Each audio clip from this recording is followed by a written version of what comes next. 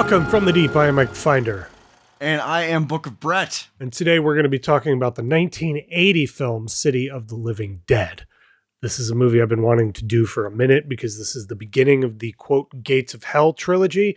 I don't know what you know about this series and what you don't know, but I thought that this is the place to start. This is not the best movie of the trilogy, but this is the place to start. Oh, good. So, good. Well, what do you know about City of the Living Dead and the Gates of Hell trilogy and everything else? Well, other than finding out 5 minutes ago that it thankfully gets better at some point, nothing.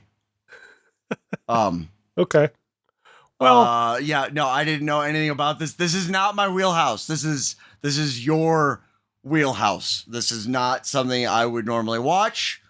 Had you told me Gates of Hell, I would have assumed something more supernatural, which it does have an element of that too.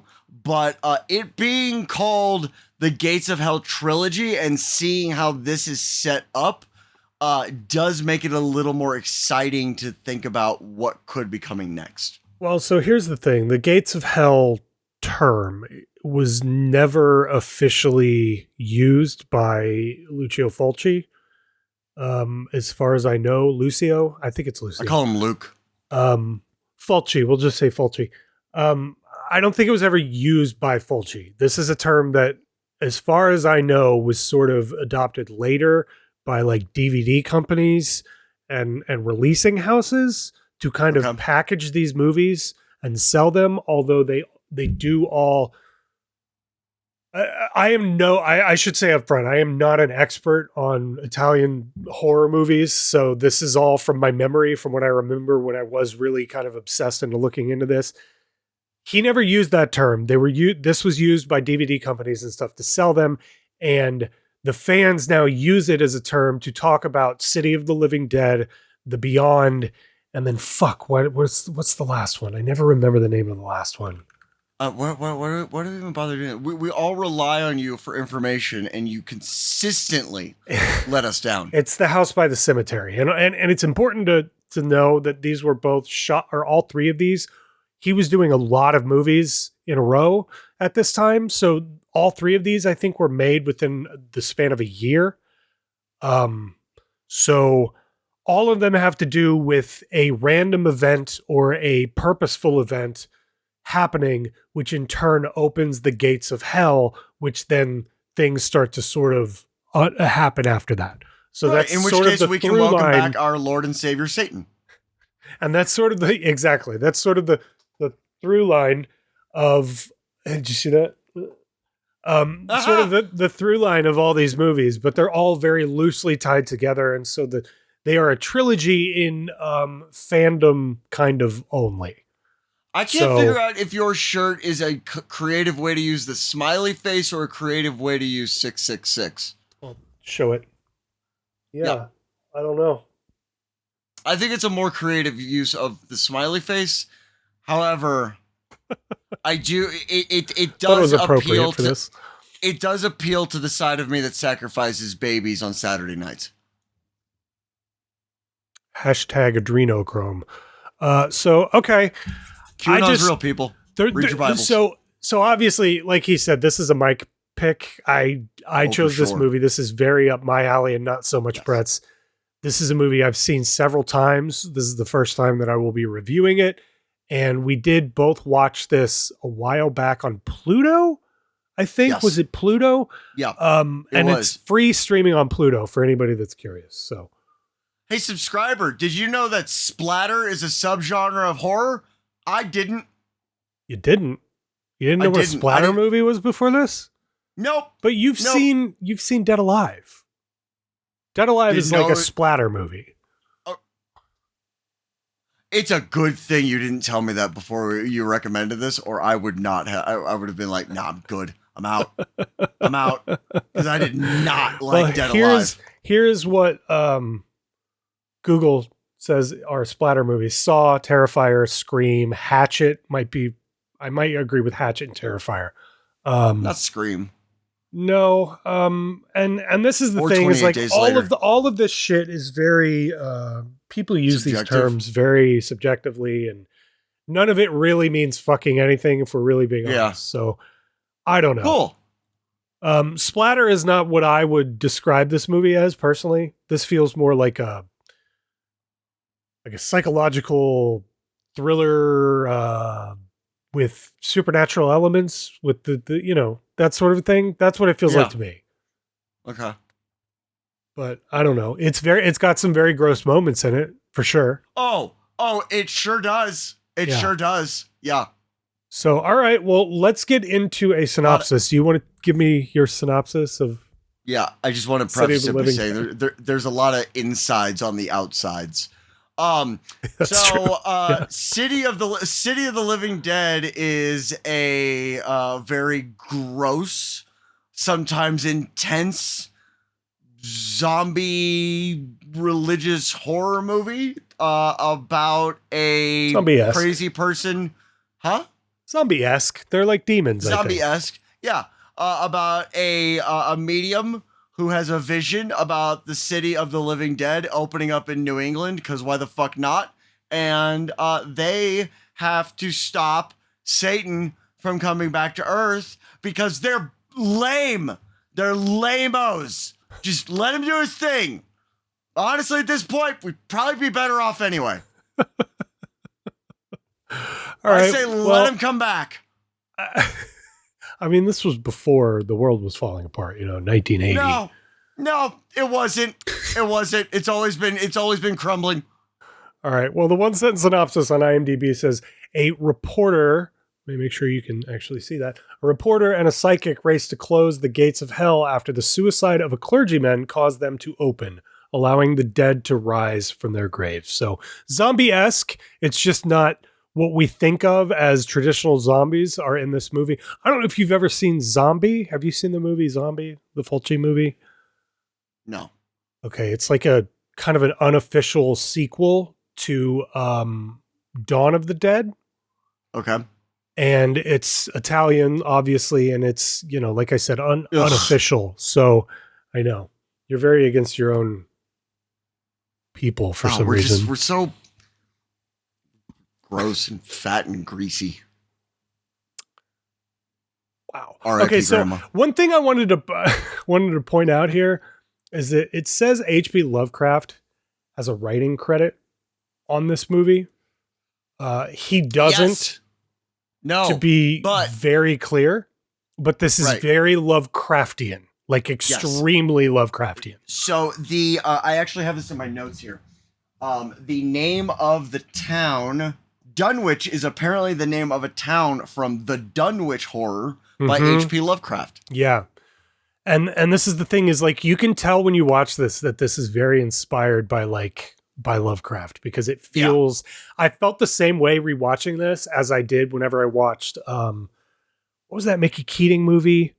God, why am I blanking on this fucking so hard? So Mickey Keating, if you're not aware, he's kind of a really super underground like D-list Oof. horror director. Yeah. And he makes great stuff. He's the guy that made Darling. But he has this movie called Off Season, and it feels very like you can tell it was very much inspired by movies like this and Lovecraft because it is also very Lovecraftian. And so when I Okay. was watching this, we're rewatching this for the first time in a long time. All I was thinking of was Off Season. If you haven't seen this, dude, I think you would fucking love this movie. It's very low budget, but that's kind of It Mickey looks good. Keating's whole MO is making really, really good low budget movies, like horror movies. I mean, it looks good. Like does, aesthetically, it yes. looks good. Yeah, it's a very well shot, well made movie. And this is Okay. him, as far as I'm concerned, this is him at his peak. I think that he hasn't done anything since then. Would Now that I'm you thinking say about it's him during his climax? We did this movie Invader last year. I never saw this. Maybe we should do this. Because like I said, he writes and directs his own stuff. Anyway, I don't know how we got onto this. We were talking about City of the Living Dead, but this is very reminiscent of a Lovecraft movie, or Yep. I guess tale, I guess you would Yep. say. And it feels very Yeah. like end of the world-esque, and everything is about to start crashing down around them. There's a little bit of supernatural stuff with the townies being related to the people that did all of the witch burnings at the Salem witch burnings. And I really like that idea, although it feels kind of shoehorned in here and not used to its full capability. I think that had they played into that a little bit more, it would have been much nicer. Yeah, well, I mean, I think I would have liked to see a lot more of that. I mean, that's when America was truly great, and I would have appreciated a little bit more insight into that. All right, well, why don't you give me your overall thoughts on City of the Living Dead? I'll give you mine. We'll talk specifics, and then we'll give our ratings on this movie. So why don't you go first? What to say about City of the Living Dead? It is, again, not a movie I would normally go for. It takes a while to get over the dubbing to start with. And the more I watched it, the more I could tell who was American and who wasn't. They overdub them all, so it doesn't matter much. But yeah, but you can, like, if you watch, like even Brittany was like, why are they saying the words sometimes and then not saying the words? And I'm like, because these are the most international films that have ever been created. Yeah, they were all really super inspired by films in the US, and they were trying to recreate that by not only setting it in the US, but also like having some of those actors are speaking Italian, some of them are speaking English. They overdub all of it to make Swedish sense. Yeah, it's very strange. Yeah. But overall, I liked it. But I would not say this was up my alley, nor did I end it with it making any like real impact on me. I am not against gore movies. There are gore movies that I really like. There are some very fucked up movies that I really like. Salò is a movie that I'd be willing to bet a lot of people have heard about and avoided for a lot of reasons, and it is one of the most disturbing movies I've ever seen. And by the end of it, I went, fuck, that was really good. It's a fucked up movie. Like, it is disturbing. It is perverse. It is wrong in every way that a movie can be wrong. And it's very good, unfortunately. It's very, very good. This was not that. This was gross, not for the sake of just being gross. And that's where, like, I kind of am, like, a little divided on it. Because it's gross. There are scenes that are clearly meant to gross you out, but it's almost done in a way of adding to the movie and adding to the subgenre they're going for. The thing that bothered me, that stood out in a negative way the most about this movie, is what I can only describe as Wayne's World close-ups. Where there are a lot of scenes of just all of a sudden you just get this shot of just... And then, and there are times where it's useful, but there are times where I feel like he just really wanted to move the camera. And it's all I could really think about. Every time it happened, I was just, all I could hear was, whoa, whoa, like out of Wayne's World. Like, that's what it looks like. So, again, it wasn't like a bad movie, but there are better movies that touch on supernatural elements, and the gates of hell being opened. The Ninth Gate comes to mind. So overall, it was fun, but it was definitely, this one was not up my alley. You've given me a lot of things to watch where I'm like, okay, I'm not going to be into this. And then by the end of it, I'm like, okay, that was actually fun. And I actually liked that. This wasn't that for me. I'm a little surprised by that. I did pick this because I thought, like, typically you like religious horror, and this only has little touches of that. But I mean, in my opinion, I have a very different take than you do on this. I feel like it's, of course you do. Well, I just feel like that this is one of the better Fulci movies, and it's because it's coherent. It's got a really solid plot. I care about the people in it. The girl that gets buried and comes back to life is one of the most intense scenes from any Italian horror movie that I've seen. I think that it plays into everyone's fear really well, and you really get a sense of like claustrophobia by watching that scene. And Can we talk about that scene for a second? Yeah. I'd actually like to stay on that scene because I watched that scene, and the whole time I'm going, okay, you had the flat side, you had the pointed side, but then there's a blunt side where you could like crush it without risking her life. Yeah. And maybe like, like as the scene plays out, we want to get her out of that hole. But as it continues, we come up with 3 or 4 very, very good opportunities for her to remain in that hole. Yeah. Well, also, he comes very close to just chopping her right in the face. Like, why are you not going near her feet or something? Like, it yes. You can tell where the scream is coming from. But yeah, I don't know, man. I think that this is one of those like, if you're trying to get into Italian horror movies, I think that this is a very good place to start because it's coherent and not hard to follow like a lot of the giallos and the more abstract Italian horror movies tend to be. And this is a very good starting point. And as is The Beyond, which is the next movie in this trilogy, quote unquote, I think you'll like The Beyond way more. It's my favorite, other than maybe Don't Torture a Duckling. It's my favorite Fulci horror movie. And Don't Torture a Duckling's more before he started getting gross and all that kind of stuff. So it's much artsier, and it's much more like I'm a filmmaker type mentality. And this is more like, let's fucking shock people and gross them out and really scare them. And I think that the close-up stuff, I think, can almost be attributed to like, because he came from that side of filmmaking, from TV movies and that kind of stuff over in Italy.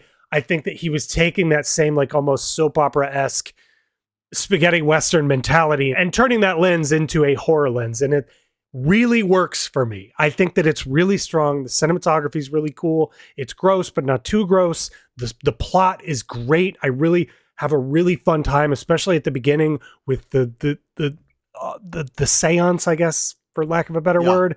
And it's just, dude, it's just really fun. I just find this movie really fun, regardless of kind of how gross that it actually is.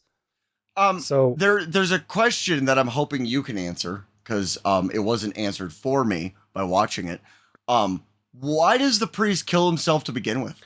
I don't think we really get that answer, as well as there's a lot of unanswered stuff at the end of this movie, which I think he did on purpose. Yeah. It leaves you with this very unfinished feeling at the end of it. I have so I've started doing this on my laptop, and I don't even remember how I changed the font on this. It's almost like my laptop did this for me. I don't know if you can see this, but right here it says, I don't understand the ending at all. I don't think that you're supposed to.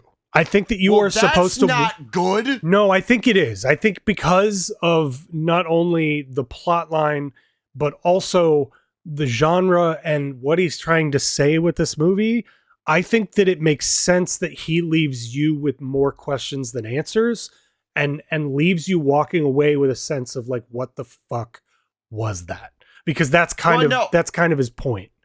Well, no, my thing is, when I say I don't understand the ending at all, I mean the very last 10 seconds where the mood goes from "yay, we escaped" to "something terrible's coming," but then it just cuts to a happy child running towards them, and I don't understand what that was supposed to mean. Well, so I mean, this kind of plays into him having, although he may not have, and somebody correct me if I'm wrong in all this, please. Although he may not have planned for this to be like a straight up trilogy, I do think that he had in mind of this being a smaller story in a greater arc, even if super loosely. So I think that's kind of what that is. But I also think it's to leave you with a like, what the fuck feeling at the end of this movie. Oh, and not everybody's going to like that. Yeah, no, I watched it going like, I don't understand what I just saw. Yeah. I don't understand why I feel more uncomfortable. This is supposed to be happy. I'm not gonna lie. I thought they were going to pull a a note from Night of the Living Dead, the original, where they shoot what's the main dude's name in Night of the Living Dead? Shit, what is that guy's name? The main guy. Yeah. I thought they were going to do that because as they're coming out of the ground, the police are approaching. And I thought maybe the cops were going to do what they do and murder someone. And that's what I expected to have. And that's a joke before anybody puts me in the ACAB group. Don't do that. But I really thought they were going to just be like, oh, more zombies, and just shoot them. That's what I was expecting. Yeah, I don't know. I think that if you... Here's my thing. I can see why someone would not like this movie because there's like almost a gore barrier to entry to just simply enjoy it. And then on top of that, there is also this thing where he gives you more questions than answers and leaves you feeling with this unfinished like dread almost. Yeah. It's a hard movie to like. And I'm not surprised you didn't love it, but I am a little surprised that you didn't at least, I don't know. Did you like it? That's my question. Yes, I did like it. Yes. All right. I did like it. It didn't have that impact that some of these movies that I go into with reservations leave me with when I come out of them. Yeah. And that was the big thing. But again, these are not movies I go out of my way to watch. I don't even really normally watch a lot of foreign films. Not because I have like anything against foreign films, but dubbing takes me out of it and subtitles take me out of them too. So it's strictly a matter of, honestly, it's a matter of my ADHD where I focus on something that seems out of place, and subtitles and dubbing do that to me when I'm watching foreign films, which, to be clear, I wish they didn't because there are a lot of very, very good foreign films out there. Well, dude, I mean, Fulci specifically has made a shitload of movies. Right. Like if we looked at just his directing credits, he has 61 directing credits. It's pronounced Fulci, by the way. Maybe it is. I don't know. It is. If you say so. But you can see he was doing like follows the adventures of a group of friends, teddy boys and rock and roll chicks whose crazy, fun-loving habits inspire jiving from some of Rome's citizens and bitter complaints from others, which inspire a group of corrupt officials determined to bring the group down. God damn. I don't think a synopsis has ever given me douche chills the way that just gave Howlers me douche chills. of the Duck. This is from 1960, but this is the type of shit that he was doing before. It was very... Howlers of the Dock sounds like a found footage porno. Kind of looks like one too. It does kind of look like one.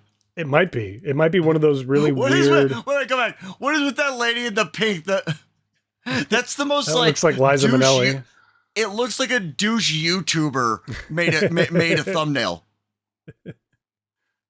So I don't know, man. I know this wasn't going to be like straight up your alley, but I do feel like there's some value in here with the cinematography. The plot's really good, regardless of how gross it can be. And I don't know. This is one of those things, man. The acting is not great. I'm just going to be honest. Well, but it's not. There's a language barrier, and it's not why you watch them. Exactly. This is more about the dread and the artistic weirdness that he can sort of draw out of you and give you an uneasy, gross feeling at the end of it. And in that way, it is very successful. So I don't know. I think it's all about how you look at this and what you go into this with. And I purposely didn't tell you really anything about this because I wanted you to go in as fresh as possible. But I think that this is really strong. So it's not for everybody. I will say that there is a takeaway I do have from this. You've made me watch, and I emphasize made me watch two Fulcis now. No, you can look at me like that all you want. That's how it is. You've made me watch this, and you've made me watch Don't Torture a Duckling. Yeah, we were gonna review that, but we ended up not doing that. So far, I like Argento more. I'm not surprised by that. Argento is very much about the aesthetic, and Yep. Fulci's more about the feeling, I think. And Yep. he very much has aesthetic qualities, but it's very second to what he's trying to make you feel. Yeah. And that's the big difference. It's just Argento's trying to make you feel too, but they're just two totally different approaches to how they're doing that.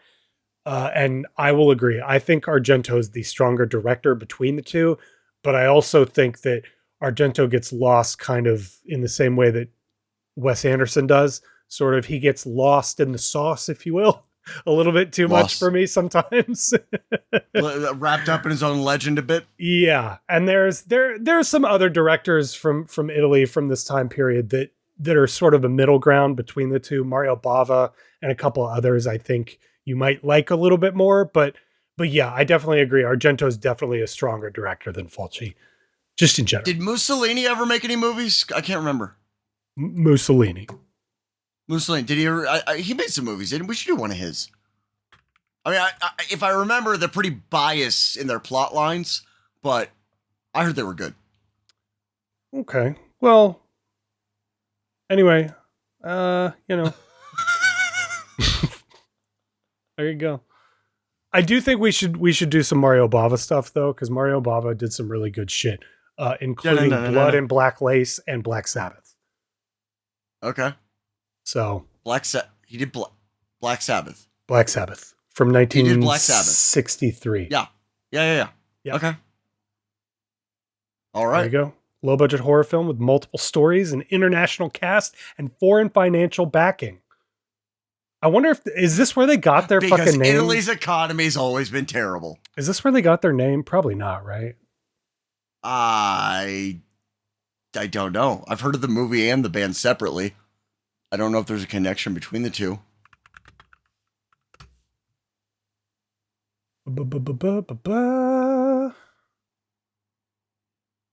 Okay. They're saying they named it after either a brand of talcum powder or an Indian no / way. Pakistani clothing shop. There's no way people were taking Black Sabbath for their migraines. That's just what this thing says. I don't know. Who knows? And talcum powder is very much like a southern thing. It's what every grandma from Alabama up to Missouri takes because they don't trust ibuprofen. So I don't believe for a second they were taking something called Black Sabbath for their headaches.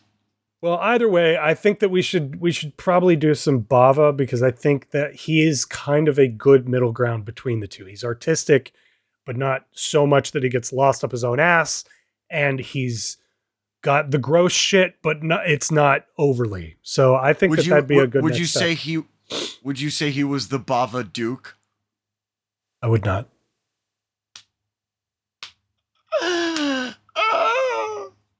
So, all right. Well, why don't you give me your final thoughts on City of the Living Dead? I know we didn't go into super specifics, but I don't think we need to. This is an old movie. I don't know. Yeah. I think City of the Living Dead is something that is, like Mike said, it's not for everyone. It's not a bad movie, but it's definitely like if your intro or your expectation for, you know, an Italian horror film is something along the lines of Dario Argento, I think you're setting up the wrong expectations. I think it is creative as hell, doing like mixing zombies with supernatural, because it's very often that we see zombie movies have like a preacher or something in them, a la Dawn of the Dead. And it's often got this like supernatural aspect of it just because it's the dead coming back to life. But it's not very often that we see those two things actually connected by a thread of religion. And I think this one does that. So in that regard, I think it's very good. I am looking forward to watching the second movie, because this one I almost really liked, but just couldn't quite get me there, simply because I think a big part is the dubbing. The dubbing does pull me out of these, and when you have dubbing done poorly, i.e.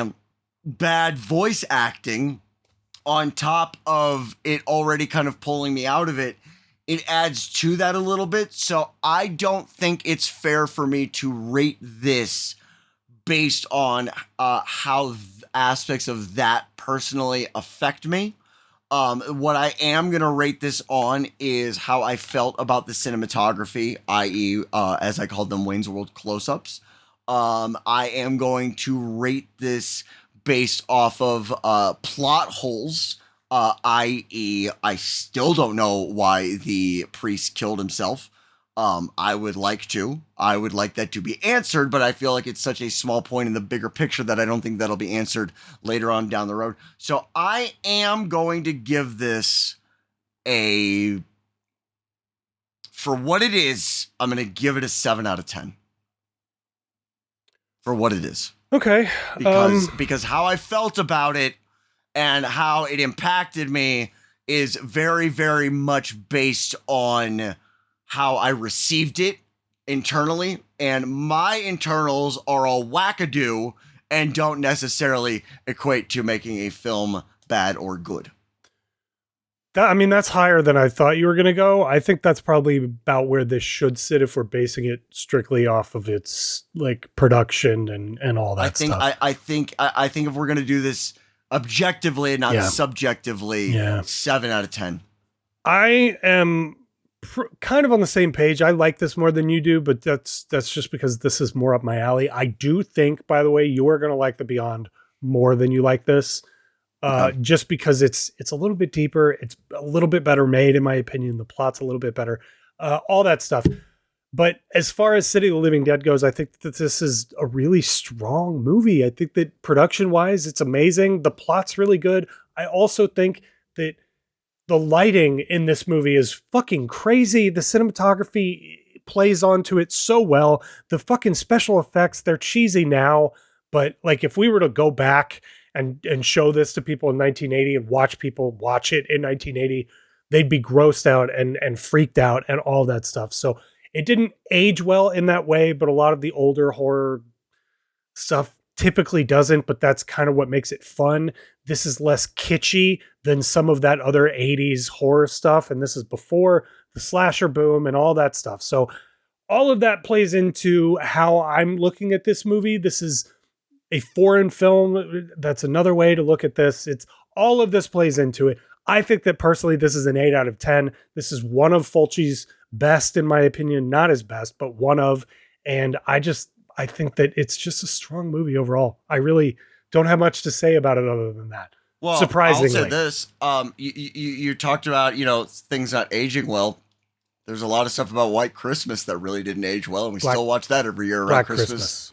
Nope. I mean White Christmas. I mean the Bing Crosby movie filled with racism. Gotcha. That's the movie I mean.